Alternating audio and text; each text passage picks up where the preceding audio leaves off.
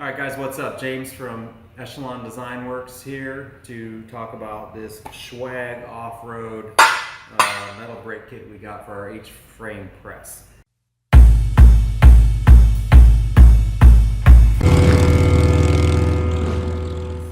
We're going to be putting it together today, welding it all up, and making some modifications to it I can foresee already. I bought some extra steel to make a couple extra inserts. This goes in here like this, and then I've got some extra angle that will be able to drop down in to basically take up this gap. The problem with, so actually I bought this piece to drop in there, and then I'll probably set this piece in like this, and in that way probably up higher. Because what happens is when you go to bend a piece of metal, let's say you bend this piece of metal, if you're only spanning this 3-inch gap, you've got to span it from edge to edge. But if you want to bend something tighter, you need something like this where you can put it like that and bend in there and only be 3/4 of an inch or a 1/2 inch away from the edge. So I'm going to make a couple of different drop-in inserts that I can drop in to do different bends. And I also bought this guy, which is, I don't know what the name of this is, but this allows you to make multiple bends. So let's say you did one bend like this, and then you wanted to do another bend here, would allow this to bend up and not be in the way of the die.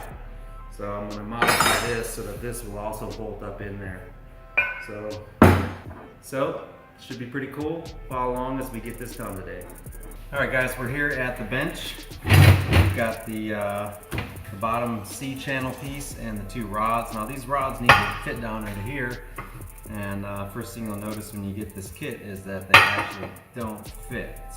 It's not like it's a slip fit. So I'm going to go ahead and grind out the laser slag from the laser cutter that's inside the hole, and then maybe put a slight taper on here, and then we'll go over to the press and we'll press them down in there, and I think they'll go in.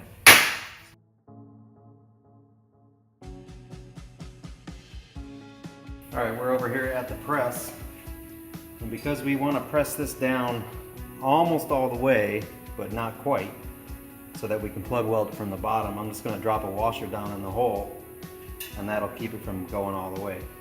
What I did too is I just ground that little taper on there, about an 80-degree angle or 10-degree angle, just enough to give it a little bit of a lead in into the hole.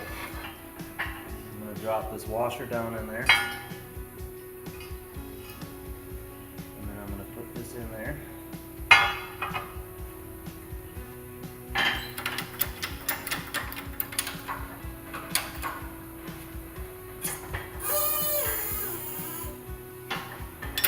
There it is. So, make sure I got this so you can see there that it's pressed in, but leaving me just that little reveal so I can go in there and plug weld that real nice.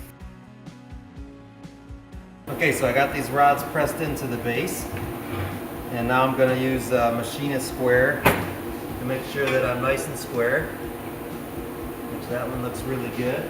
This one looks a little bit off. So what I'll do is tack these in, check it again.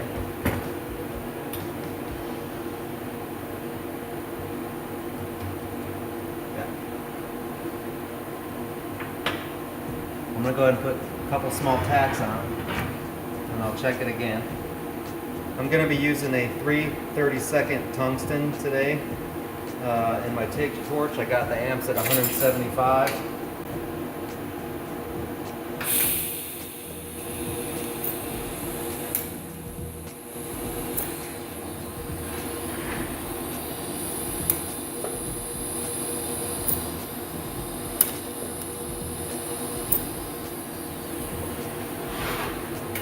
Alright, now that it's tacked, we'll go ahead and check it again.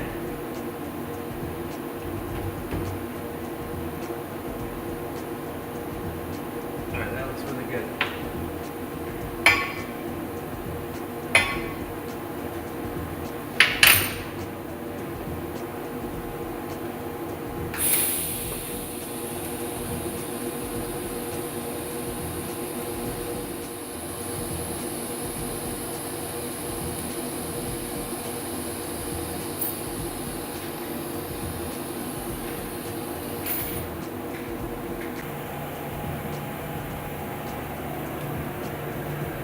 Not exactly weld porn, but I think it'll do.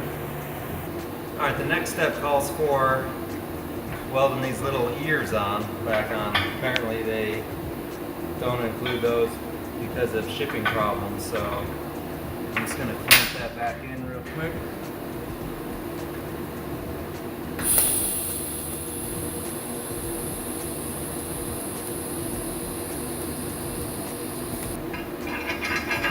Just a little bit.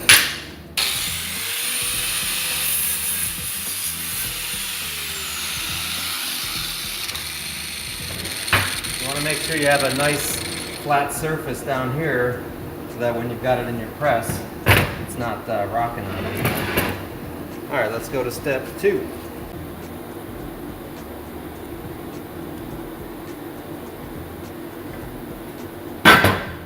Alright, so this is my extra piece that I had bought for my drop-in piece. And I think what I'm going to do is go ahead and use this as my base piece. This is 3/8 thick versus the one that came in the kit, which looks like 1/4. So I'm going to go ahead and swap out, use this one as my base welded in piece, and I'll use this as my drop-in piece. So I'm going to go ahead and cut this on the bandsaw. Almost forgot that I had this thing. Just got this wired up. Let's see what happens.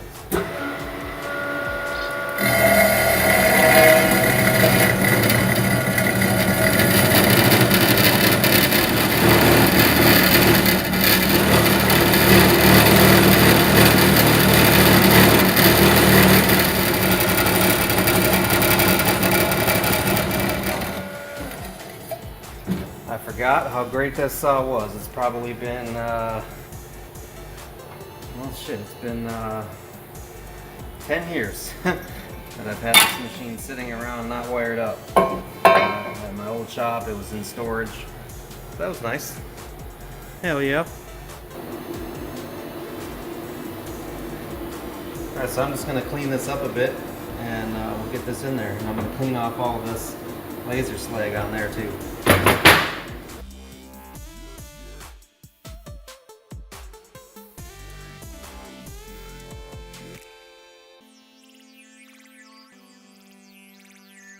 There's two bolts that have to be welded in here, and once you put the V-plate on, and you can't get to these, so go ahead and weld those in now. I just use the wing nuts to hold them in place.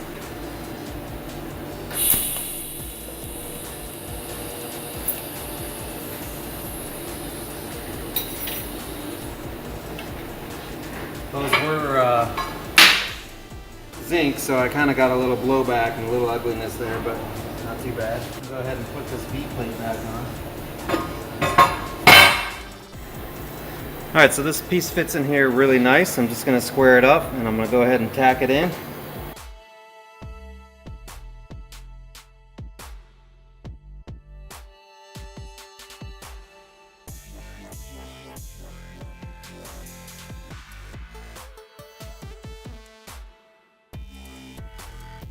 Alright, so I'm going to go ahead and bolt these set of fingers in here.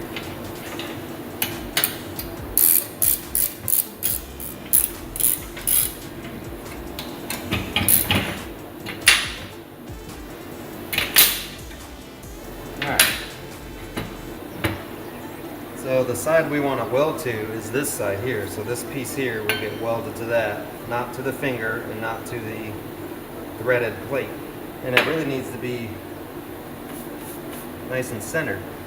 One of my concerns is, how do I get this perfectly centered on this die? If I'm off, then it seems like when it comes down, it's not going to be square in this. Alright, so what I ended up doing was shimming out a bunch of little scrap pieces that were the exact, so it ends up being the same diameter or thickness as the diameter of the bar. Got that clamped in, and now I can go in and tack that in, and it'll be perfectly centered on my die bar there.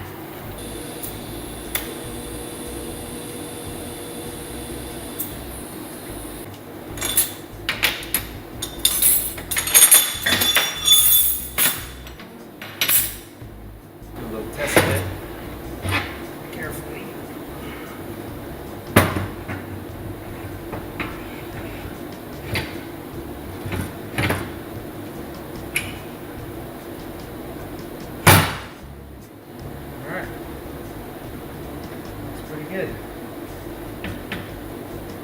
And there is quite a bit of slop in these guide holes or guide pieces to the guide holes. As long as this goes up and down like that, I think we're good.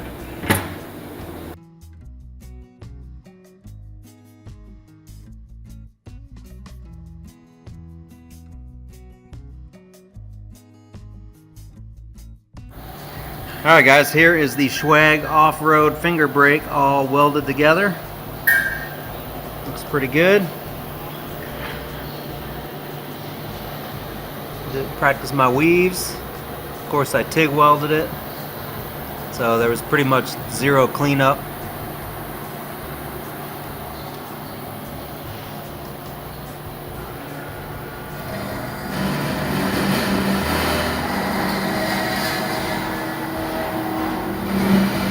Alright, let's give it a shot.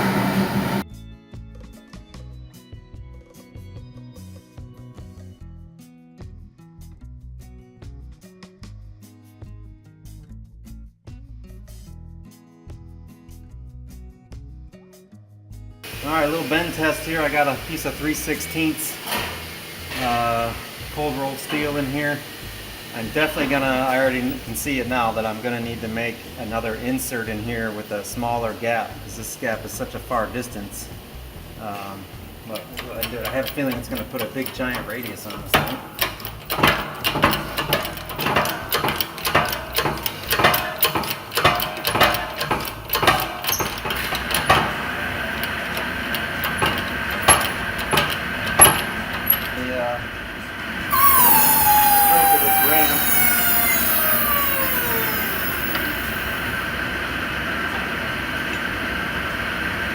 Alright, not too bad.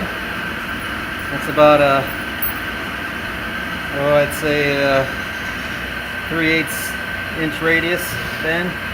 So it definitely could go tighter if it was a tighter V in there, but for home bending, not too bad. Hey man, this is, you know, it's not a workshop, okay? Yeah, that's right. Alright guys, thanks for watching. Hopefully you learned how to put this together a little easier. Definitely recommend TIG welding it if you have that capability. And if you need something fabricated, give us a call here at the shop. If you're in Orlando, the land area here in Florida, we'd love to take care of it for you. If you have any questions or comments, leave them down below. Don't forget to subscribe and like. Peace out. Alright guys, just wanted to show you what I did to modify this production piece here. I just added these two pieces of steel on the side to get the thickness I needed to match up with the SWAG Offroad fingers, and now this fits right up in there. I can't hardly do this with one hand, but you stick it up in there, bolt it in, and then you've got yourself another alternative. So there's an industrial surplus placed by me that has hundreds of these for I think it's $20 a foot. So you can pick those up, lots of different shapes.